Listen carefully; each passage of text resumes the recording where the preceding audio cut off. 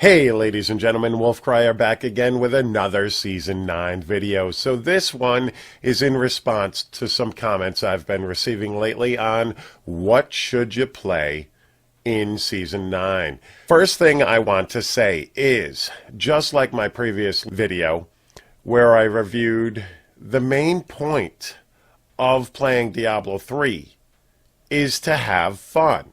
So you have to keep that in mind. If you are playing a build or whatever and you are not having fun, don't play it.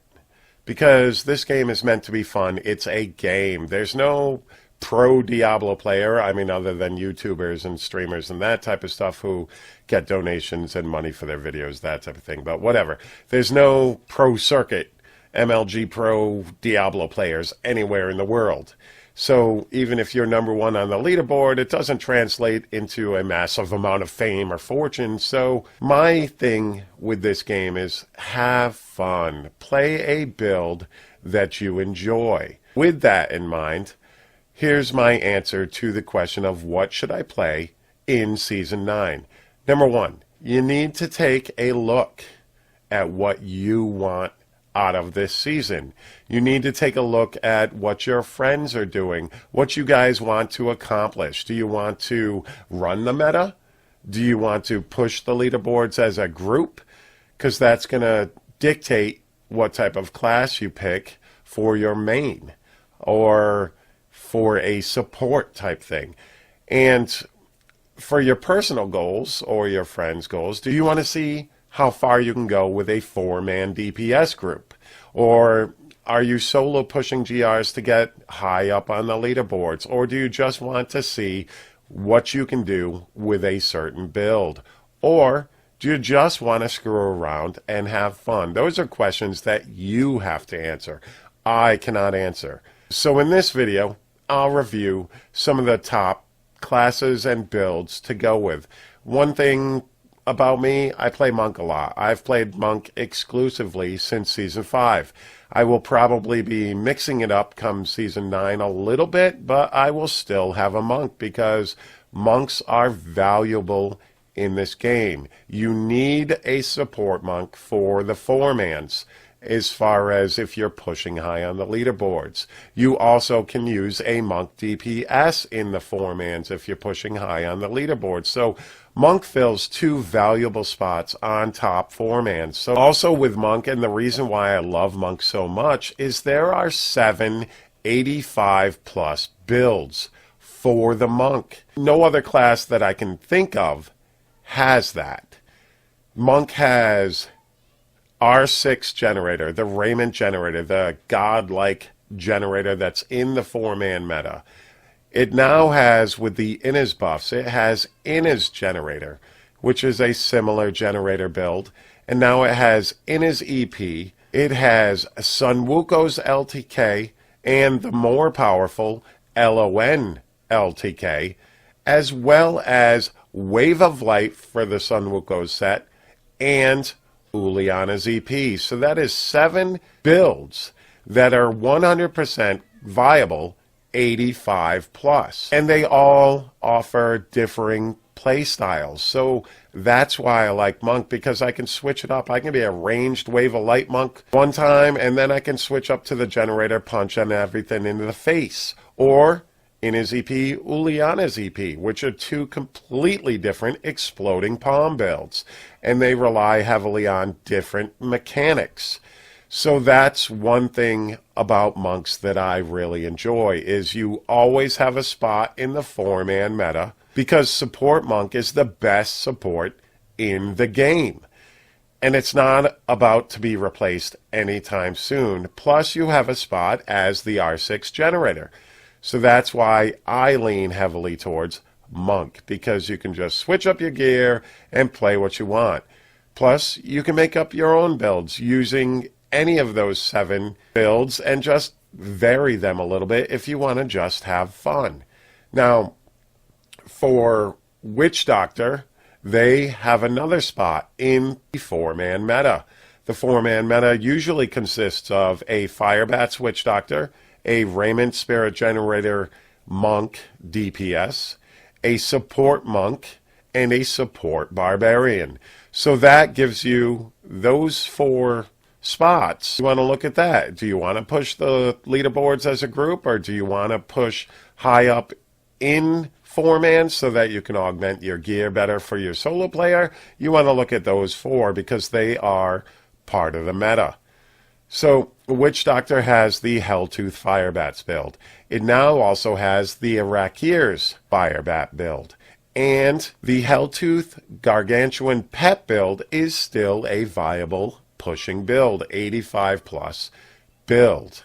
Now, for Witch Doctors, we were all hoping that Spirit Barrage would also be included, but Blizzard decided to give us all the middle finger with that, and they couldn't figure out how to work it correctly, because every time they tried to fix it, they broke it more until they finally just had to scrap it, it looks like.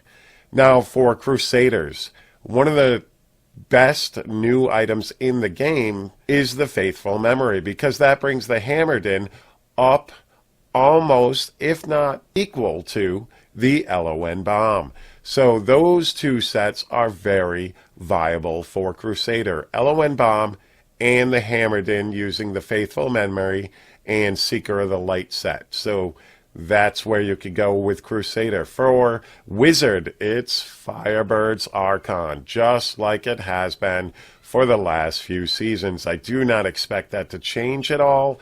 There are possibilities with the new Mantled Heel Ring, but I don't know if it procs enough to make that Lightning Wizard a thing to be competitive with the Firebird's Archon. But there are other fun builds with Wizard. They're not going to push as high, but if you have fun with it, isn't that what matters most? Now for Demon Hunter, you've got the LON Fan of Knives build. And now there's a few grenade builds coming out using the Hellcat Waistguard. With that belt, grenade builds are definitely becoming viable, especially with the buff to the Marauder set. Plus, there's a generator build now using the grenades for Demon Hunter, which doesn't normally happen. Usually the generator build is strictly for the monk. There isn't many generator builds in this game. Next up, we have Barbarian. The charge build is still very viable, as well as LON Thorns and Leapquake. I don't know if it can put out the damage of charge, but it's up there as well. And with the addition to the buffs to the Wrath of Waste set, Whirlwind has definitely gotten some love, so you are capable of pushing 85 plus with Whirlwind. There were a few 90 plus on the PTR with that build. So you've got to take a look at what you want to do this season. Do you want to just have fun? Do you want to see how far you can go with Uliana's EP or Wave of Light? Or do you want to try to mess around and make up your own build? I'm currently in the process of making a fun key farming build using the Innis set, and it's working out really well. I've been able to get my speeds down, and it's probably something that if I roll a monk for DPS, that's what I'm going to go with for my farming. Now, that's my own build that I've come up with on my own, and that's something I've been trying to push with. I've got it up to a 76 GR. I can probably go a little bit further, and I don't have any Caldicins on my gear. So I like doing that type of stuff. That's what's fun in Diablo for me. Trying to see if I can switch some things out, push a little further, that type of thing. I push the leaderboards pretty much just to get on them.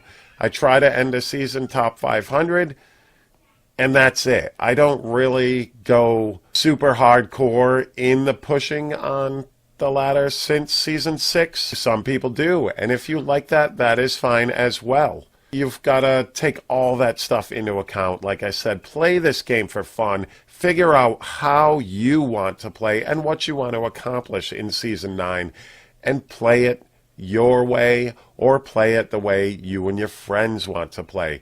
Me and my friends, me and my buddy Draves, X-Gamer, Breakpoint, we're all starting to figure out what we want to roll for the next season. And we will group, and we're not going to push into the hundreds most likely with our group setup unless we revert to the meta. which we normally don't like doing because that's not how we play this game. So take all of that into account when you decide what class you want to play. There are tons of fun builds. Do you like ranged? Do you like to be up in somebody's face? Do you like to be bouncing all around the map? Do you like to be watching things explode immensely? All that stuff, that's what you need to take into account and look at yourself and go, what do I want to play? Like I said, Monk offers the most variations. Viable 85 plus builds. Monks are in a great spot. The rest of the classes are not up to par with Monk as far as that goes. But Witch Doctor puts out massive amounts of damage. Hammered In and LON Bomb, usually Crusaders, top the leaderboard solo. Crusaders and Wizards battle back and forth for who can do the very top solo. This season it was Crusaders, so you've got to take that into account too. Plus, Barbarians, not a lot of people push the leaderboards, so it's easier to get onto the leaderboards because the lowest Barb on the leaderboard had only done a 75 GR, and that is fully viable with at least 3 to 4 builds. So, ladies and gentlemen, thank you very much for checking out this video.